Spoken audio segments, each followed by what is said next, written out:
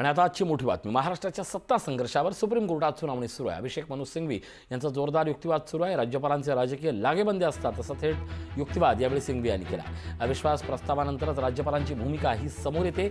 वारंवार अविश्वास ठराव आणणं अयोग्य असल्याची भूमिका सिंघवी यांनी घेतली आहे. राज्यपालांची कृती घटनात्मक अपराध असल्याचा देखील दावा सिंघवी यांनी केला. शिंदे गट हा भाजपचा शपथविधी पूर्णपणे चुकीचा होता असा दावाही त्यांनी केला. ठाकरे गटाचे वकील कपिल सिब्बल यांचा युक्तिवाद पूर्ण झाल्यानंतर सुप्रीम कोर्टात आता संख्याबळावरनं काही वेळापूर्वी युक्तिवाद सुरू होता. मवियाकडे 118 आमदार तर त्यांच्याकडे 127 आमदार होते याची जाणीव करून दिली. यावेळी मवियाकडे 55, 44 आणि 53 म्हणजेच 152 आमदारांची संख्या होती. सरन्यायाधीशांनी हा मुद्दा उपस्थित केला. 14 अपेक्षांनी मवियाला पाठिंबा दिला होता हे सिब्बल यांनी यावेळी न्यायालयासमोर आणलं. दरम्यान भारत गोगावले यांच्या रथोत्पदी झालेल्या भूमिकेबद्दलही आज मुद्दा उपस्थित झाला. काय घडलं पाहूयात ग्राफिक्सच्या माध्यमातून. राज्यपालांनी बंडखोर आमदारांच्या बंडाला वैधता दिली. 40 बंडखोर आहेत आणि त्यांनी भाजपशी हात मिळवणी केली. राज्यपालांनी घटनात्मक कार्य केलं पाहिजे होतं. नवाब राबिया खटल्यानुसार राज्यपाल 3 वेगवेगळ्या परिस्थितीत हस्तक्षेप करू शकतात. 10व्या सूची अंतर्गत बंडखोर आमदारांना मान्यता देण्यास मनाई करण्यात आली. उद्धव ठाकरे हे शिवसेनेचे अध्यक्ष होते. एकनाथ शिंदे यांना राज्यपालांनी कोणत्या नियमानुसार मुख्यमंत्री पदाची शपथ दिली. ही घटनात्मक प्रक्रिया आहे. सरकार पाडणं रोखायचं असतं. राज्यपालांनी संविधानानुसार काम करणं आवश्यक आहे.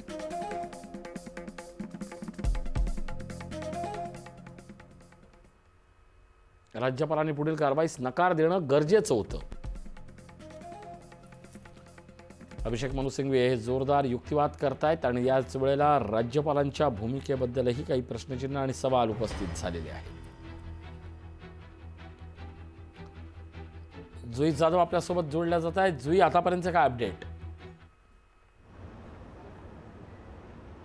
ऋषी, जर आपण पाहिलं तर मग ठाकरे गटाकडून आता मनु कुमार सिंघवी हे युक्तिवाद जो आहे तो करत आहेत. खरं तर आता लंच ब्रेकमुळे हा युक्तिवाद जो आहे तो थांबवला गेला आहे. लंच ब्रेक नंतर हा पुढचा युक्तिवाद होणार आहे. मात्र जर आता आपण पाहिलं तर मग अभिषेक मनु सिंघवी यांनी ठाकरे गटाच्या बाजूने जोरदार असा युक्तिवाद जो आहे तो केला होता.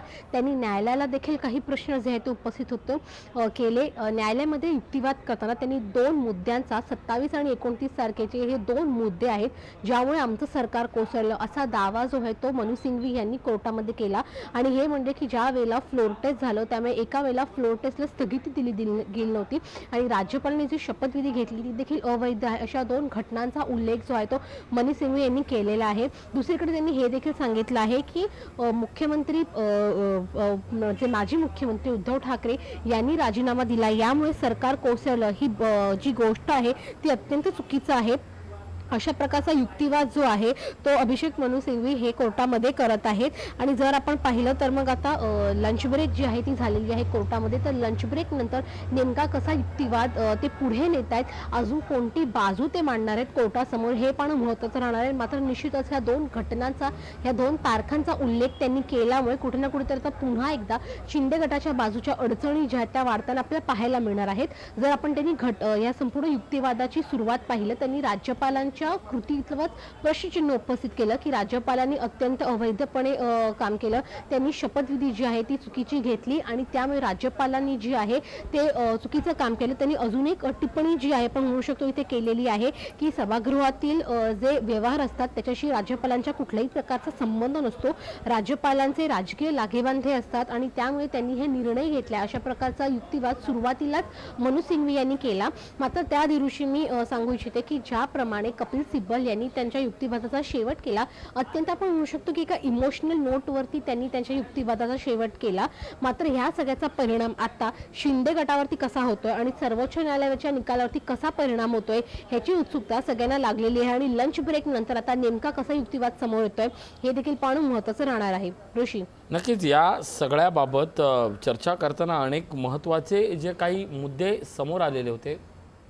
मोठी बातमी येते या क्षणाची. जुई ठाकरे विश्वासदर्शक ठरावाला सामोरे गेले नाहीत. मोठी बातमी येते. सरन्यायाधीशांचं हे महत्त्वाचं निरीक्षण आता समोर आलेलं आहे. विश्वासदर्शक प्रस्तावाचा मुद्दा समोर आलेला आहे. ठाकरे विश्वासदर्शक ठरावाला सामोरे गेले नाहीत. हा मुद्दा ठाकरेंना आता अडचणीत आणणारा ठरू शकते. अर्थात हे निरीक्षण समोर आले. सरन्यायाधीशांनी ही सगळी घटनाक्रम समजून घेताना याकडे जो अविश्वास ठरावाचा मुद्दा होता, विश्वासदर्शक ठरावाचा जो मुद्दा होता, त्याला ठाकरे का सामोरे गेले नाहीत हा सवाल उपस्थित होतोय. अर्थात ठाकरे गटाकडनं या अगोदरच्या घटनांवर जोर दिला जातोय. त्यानंतरची घटना ही विश्वासदर्शक ठरावाची होती. मुळात बंड, प्रतोत्पदी येणं, सरकार स्थापन होणं या आक्षेपाचं काय हे पाहणं महत्त्वाचं ठरणार आहे. जुईकडे जातोय. जुई जाधव आपल्यासोबत आहे. जुई, आपण पाहतोय की कशा पद्धतीनं विश्वासदर्शक ठरावाचा मुद्दा आता चर्चेला आलाय. अविश्वास ठराव किंवा विश्वासदर्शक ठरावाला ठाकरे सामोरे गेले नाहीत हा मुद्दा निरीक्षण म्हणून समोर आलाय. जुई, ऋषी, निश्चितच हा मुद्दा जो आहे तो ठाकरे गटाला कुठे ना कुठेतरी अडचणीत आणू शकतो. कारण का अविश्वासदर्शक ठरावाला ठाकरे गट सामोरच गेले नाही असं निरीक्षण जे आहे ते आता सर्वोच्च न्यायालयाने केलेलं आहे, न्यायाधीशांनी केलेलं आहे. त्यामुळे सगळा वाद जो कपिल सिब्बल यांनी युक्तिवाद केला, अभिषेक मनु सिंघवी करत आहेत.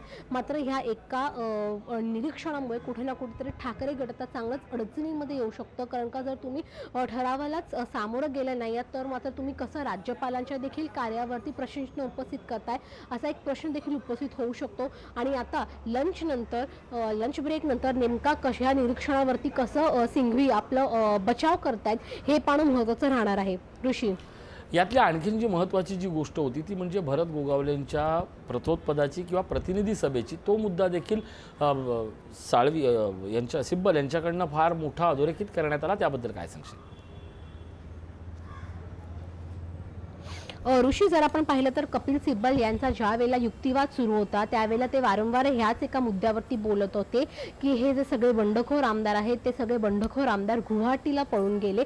मात्र ज्या वेळेला ते सगळे गुवाहाटीला गेले त्यावेळेला शिवसेना हा एकच पक्ष होता आणि त्याचे पक्षप्रमुख हे मुख्यमंत्री उद्धव ठाकरे होते. मात्र कुठल्याही प्रकारची बैठक जी आहे ती विधिमंडळाच्या कक्षामध्ये झाली नाही, अंतर्गत बैठक झाली नाही आणि केवळ एक पत्र गुवाहाटीवरून येतं की आम्हाला आता प्रतोद जे आहे ते भरत गोगावले हे मान्य आहेत आणि आम्ही त्यांना आमचा प्रतोद म्हणून नेमत आहोत. अशा प्रकारचं एक पत्र जे आहे ते आलं आणि त्यामुळे हे जे भरत गोगावले यांचं प्रतोदपद आहे तेच कुठेतरी अवैध आहे अशा प्रकारचा दावा जो आहे तो कपिल सिब्बल यांनी कोर्टामध्ये केला. आणि त्यांनी ज्या प्रकारे आमदारांना अपात्रतेची नोटीस दिली त्यामध्ये आदित्य ठाकरे यांचं नाव वगळलेलं होतं ही देखील एक मुख्य बाब आहे. मात्र ही सगळी कारवाई देखील अवैध होती. आणि असं सगळं असताना केवळ गुवाहाटीला म्हणजे राज्याच्या बाहेर बसून तुम्ही अशा प्रकारचं पत्रव्यवहार करू शकत नाही. तुम्ही जे पक्ष आहे त्या पक्षासोबत बसून बैठक घेतली पाहिजे विधिमंडळाच्या कक्षामध्ये आणि तर ती वैध मानली जाते. अशा प्रकारचा युक्तिवाद त्यांनी केला आहे. भरत गोगावले यांचं ते प्रतोत्पद आहे ते चुकीचं आहे. त्यांनी जी कारवाईची मागणी केली होती ती देखील चुकीची आहे अशा प्रकारचा दावा कपिल सिब्बल यांनी कोर्टामध्ये केलेला पाहायला मिळाला. या दाव्यानंतर आता जी उत्सुकता लागलेली आहे ती म्हणजे अर्थातच शिंदेकडनं येणाऱ्या उत्तराची. 2-3 दिवसाच्या या जबरदस्त अशा युक्तिवादानंतर आता आव्हानं वाढली आहेत शिंदे गटाची. ऋषी, जर आपण पाहायला गेलं तर मग आता जे निरीक्षण तुम्ही म्हणालात सर्वोच्च न्यायालयाने दिलं त्याआधी असं वाटत होतं की शिंदेच्या पुढेतली जी आव्हानं आहे ती वाढली. कारण का गेले 3 दिवसांपासून जोरदार असा ठाकरे गटाकडून कपिल सिब्बल असतील, अभिषेक मनु सिंघवी असतील हे युक्तिवाद करत आहेत आणि त्यांचे जे मुद्दे त्यांनी मांडले कोर्टासमोर मग ते राज्यपालांच्या कारभारासंदर्भात असू दे, तो तारखांचा खेळ त्यांनी मांडला, त्यानंतर अध्यक्षपदाची निवडणूक असेल, ह्या सगळ्या मुद्द्यांवरून कुठे ना कुठेतरी शिंदे गट हे अडचणीत सापडतंय की काय असं चित्र निर्माण होत होतं. मात्र जे निरीक्षण आता सर्वोच्च न्यायालयाने लंच ब्रेकला जाण्याच्या आधी केलं, त्या निरीक्षणामुळे कुठेतरी एक निरीक्षण जे आहे ते पुरेसं होऊ शकतं ठाकरे गटाला अडचणीत पाडण्यासाठी. कारण का पुन्हा एकदा ठरावालाच ठाकरे गट जे ते सामोरं गेलं नाही असं निरीक्षणामध्ये दिसून आलं. त्यामुळे आता शिंदे गट नेमका कसा आपला बचाव करतोय, या आधीचे जर आपण मुद्दे मांडले, निरीक्षण सोडलेत, तर शिंदे गट अडचणीत सापडलेलं चांगलंच दिसून येत आहे. परंतु आता युक्तिवाद जो आहे तो आपल्या बाजूने कसा करतायत हरीश साळवे हे पाहणं महत्त्वाचं राहणार आहे. ऋषी, ही सगळी प्रक्रिया चालवताना राज्यपालांनी 39 आमदारांनी बंडखोरी केलीच आहे हे गृहीत धरलं आणि तिथनंच खरा ही समस्या सुरू झाल्याचं त्यांनी अधोरेखित केलं. आम्ही अल्पमतात आहोत की बहुमतात आहोत याचा विचारही झाला नाही. ही गोष्ट राज्यपालांवर ढकलण्यात, सिब्बल न्यायालयासमोर ही गोष्ट मांडण्यात यशस्वी झाले आहेत का? ऋषी, खरं तर त्यांनी हा देखील एक महत्त्वाचा मुद्दा मांडला की राज्यपालांनी हे गृहीत धरलं की आमच्यामध्ये पक्षांतर झालेलं आहे आणि असंच उल्लेख जो आहे गृहीत धरल्याचा आहे. कदाचित आयोगाच्या जो निकाल दिला आयोगाने त्या निकालामध्ये देखील हेच नमूद करण्यात आलेलं आहे की गृहीत धरण्यात आले की पक्षामध्ये फूट पडलेली आहे आणि त्यावरूनच कुठे ना कुठेतरी राज्यपालांनी जो आहे निर्णय घेतला की पक्षामध्ये फूट पडलेली आहे आणि बहुमत जे आहे ते शिंदेकडे आहे आणि त्यामुळे त्यांनी शिंदेंना जे आहे ते मुख्यमंत्री पदाची शपथ घेण्याचं आमंत्रण दिलं. नंतर नक्कीच जुई काही क्षणासाठी थांबवतोय. आपल्यासोबत घटनातज्ञ उल्हास बापट सर जोडले जात आहेत. सर, आतापर्यंत चाललेल्या या सगळ्या सुनावणीमध्ये आज सिब्बल यांनी काही महत्त्वाचे मुद्दे मांडलेत, या सगळ्यावर आपण काय टिप्पणी करा? हॅलो. हां, काय हा जो खटला चाललाय याच्यामध्ये अत्यंत अवघड अशी लीगल आर्ग्युमेंट्स दोन्ही बाजूनी केली जात आहेत आणि त्याच्यामध्ये मुख्य प्रश्न जो आहे तो आहे की घटनात्मक पदं जी आहेत म्हणजे विशेषतः गव्हर्नर, स्पीकर, इलेक्शन कमिशन हे स्वतःच्या मर्यादा, अधिकाराच्या मर्यादा ओलांडत नाहीयेत ना, हा प्रश्न आहे.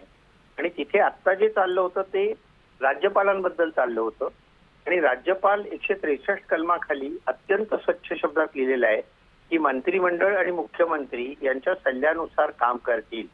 त्याला काही अपवाद म्हणजे त्यांना डिस्क्रिशन पॉवर काही ठिकाणी दिलेली आहे, पण ती कुठली आहे तेही राज्यघटनेत दिलेलं आहे आणि त्याच्यामध्ये 174 कलमाखाली सत्र बोलावणं हा त्यांचा अधिकार नाहीये, तो त्यांना मंत्रिमंडळाच्या सल्ल्यानुसारच वापरावा लागतो. तेव्हा त्यांनी न विचारता मंत्रिमंडळाला हा निर्णय घेतला का याच्यावर प्रश्न चाललेले आहेत आणि मग त्यामुळे अर्थातच पुढे कॉम्प्लिकेशन निर्माण होतात. आणि मनू सिंघवींनी माझ्या कल्पनेनी असा डायरेक्ट आरोप केलाय की राज्यपाल हे त्यांचे राजकीय संबंध असतात आणि त्यामुळे चुकीचे निर्णय घेतात. तर आता हे तर भारतात मान्य आहे सगळ्यांना की राज्यपाल काय, स्पीकर काय हे राजकारणाला धरूनच निर्णय घेतात. फक्त इलेक्शन कमिशनचं फक्त आतापर्यंत हा संशय घेतला जात नव्हता, कारण शेवट कोणावर तरी आपल्याला विश्वास ठेवावा लागतो. परंतु आत्ताचा हा जो निर्णय आहे इलेक्शन कमिशनचा हा फारच प्रश्नास्पद आहे. त्यामुळे आता सुप्रीम कोर्ट काय ठरवते बघू. त्यांचं संपूर्ण आर्ग्युमेंट संपल्याशिवाय त्याच्यावर कॉमेंट्स करणं हे मला वाटतं माझ्या प्रोफेशनल एथिक्समध्ये तसं बसत नाही. अगदी. या निवडणूक आयोगाच्या संदर्भात एक प्रश्न महत्त्वाचा होता. खरं तर याची सुनावणी ही 2 आठवड्यानंतर होणार आहे, पण आज त्या मुद्द्यावरून आता म्हणजे एक निर्णय झालेला असताना त्याचा प्रभाव या केसवर पडणार का, ही जी ठाकरे गटाला भीती होती त्याचंही त्यांनी निराकरण केलं. यावर काय सांगाल? नाही, कसं असतं, इलेक्शन कमिशनचा जो निर्णय आहे त्याचा कुठलाही परिणाम सुप्रीम कोर्टावर होत नाही, पण सुप्रीम कोर्टाचा जो निर्णय आहे तो मात्र इलेक्शन कमिशनवर बंधनकारक असतो. तर ते नातं अत्यंत स्वच्छ आहे. Supreme court is the final interpreter of the Indian constitution. त्यामुळे त्यांच्यावर कुठल्याही भारतातल्या इतर संस्थेचा परिणाम होत नाही. या सगळ्यात राज्यपालांच्या राजकीय भूमिकांचा किंबहुना राज्यपालांनी कोणत्या नियमानुसार मुख्यमंत्री पदाची शपथ दिली हा जो सवाल उपस्थित झाला हा कायद्याच्या कक्षेतनं तुम्हाला कसा दिसतोय? नाही, अगदी सोपं आहे. तुम्हाला म्हणजे अगदी सोपं करून सांगायचं झालं तर 155 कलमाखाली राज्यपाल नेमले जातात राष्ट्रपतींकडनं, राष्ट्रपती पंतप्रधानांच्या सल्ल्यानुसार नेमतात. 156 नुसार पंतप्रधानांची मर्जी असेपर्यंत ते पदावर राहतात. त्यामुळे सर्व राज्यपाल इंदिरा गांधींच्या काळापासून आतापर्यंत पंतप्रधान सांगतील त्याप्रमाणे वागतात, हा अनुभव आहे. आणि त्यामुळे राजकीय पद असल्यामुळे त्याचा कायद्यांनी अनालिसिस आता करणं काही मला जमणार नाही. अगदी यातला आणखीन एक महत्त्वाचा प्रश्न जो आहे तो आहे अर्थात तत्कालीन शिंदे गट यांच्याबद्दलचा.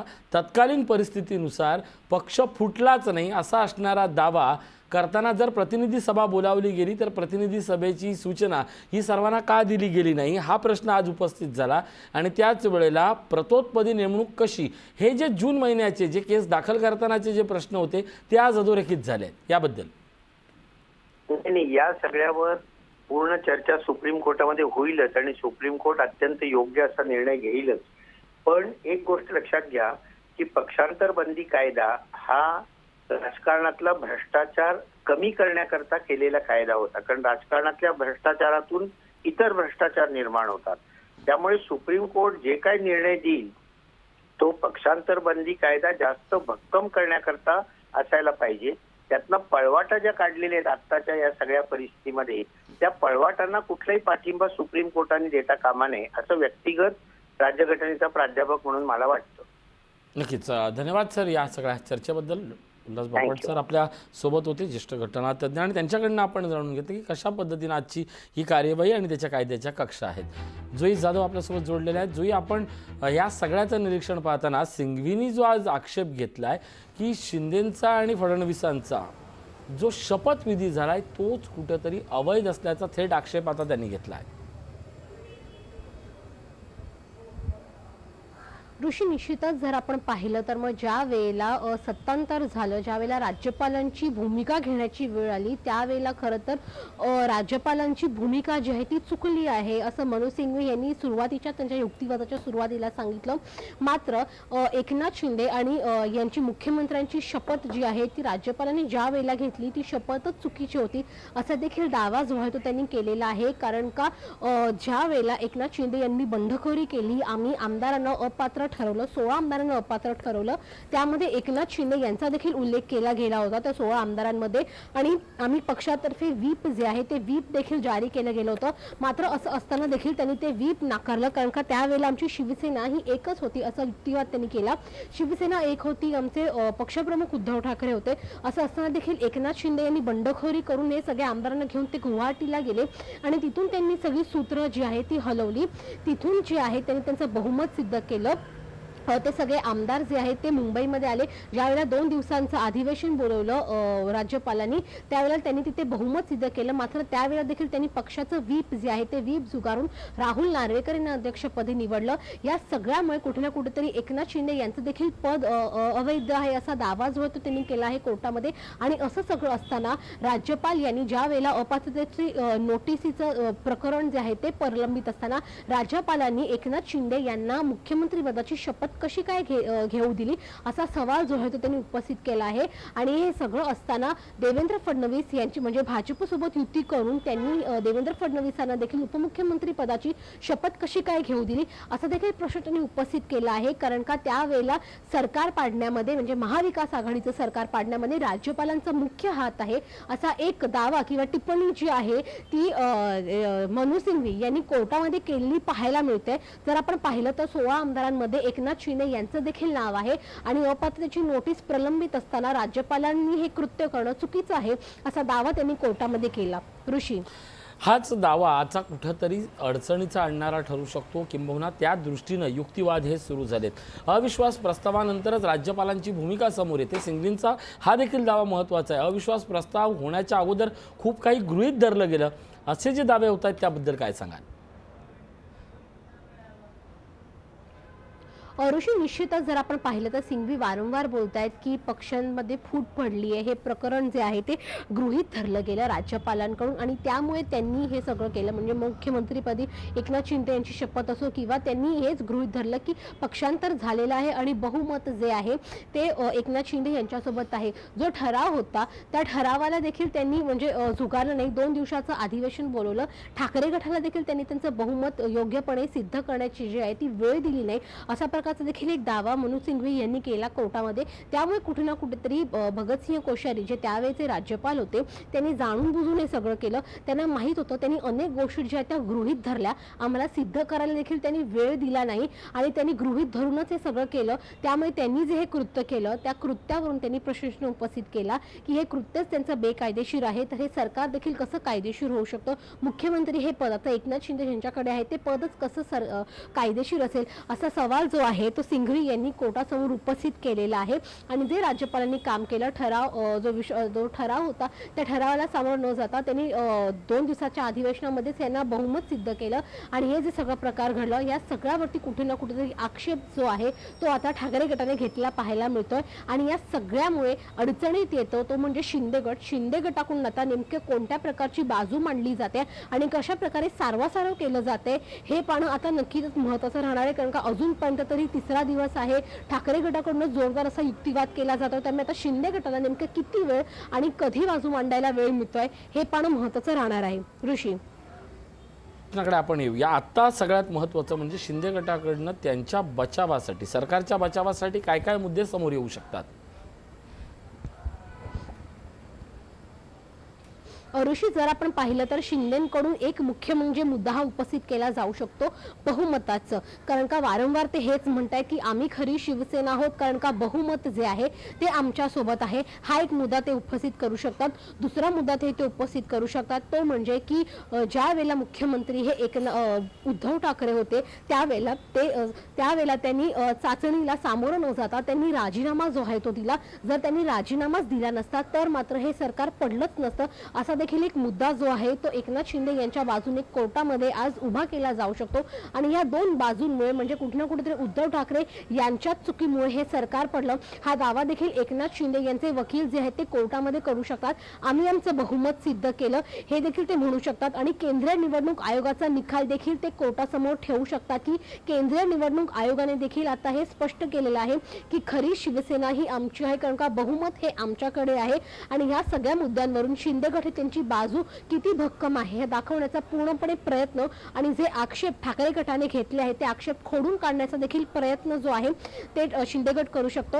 राहिला प्रश्न राज्यपालांच्या कार्यावरचा, तर शिंदे गट हा देखील दावा करू शकतो की आमच्याकडे बहुमत होतं हे आम्ही राज्यपालांना सांगितलं, ते आम्ही 2 दिवसाच्या अधिवेशनामध्ये सिद्ध केलेलं आहे आणि व्हीप आम्ही आमच्या पक्षाचा पाळला आणि त्यामुळे बहुमत असताना आम्ही आमचा व्हीप पाळला आणि राहुल नार्वेकर यांना जिंकवून दिलं। त्यामुळे आम्ही कुठेही नक्कीच घडलेला घटनाक्रम हा तत्कालिक घटनाक्रमापेक्षा पूर्वीपासून तपासून त्याच्यावर न्यायनिवाडा होतोय का, आणि किंबहुना झालेल्या न्यायनिवाड्याचा आणि घटनाक्रमाचा देखील संबंध जुळवला जातो का, ही जी राजकीय टिप्पणी आहे तीच आता युक्तिवादातनं समोर येईल का ही अपेक्षा आहे। तुर्तास धन्यवाद जुई या सगळ्या अपडेटबद्दल। लोकशाही मराठी ऐका, पहा, जागरूक रहा।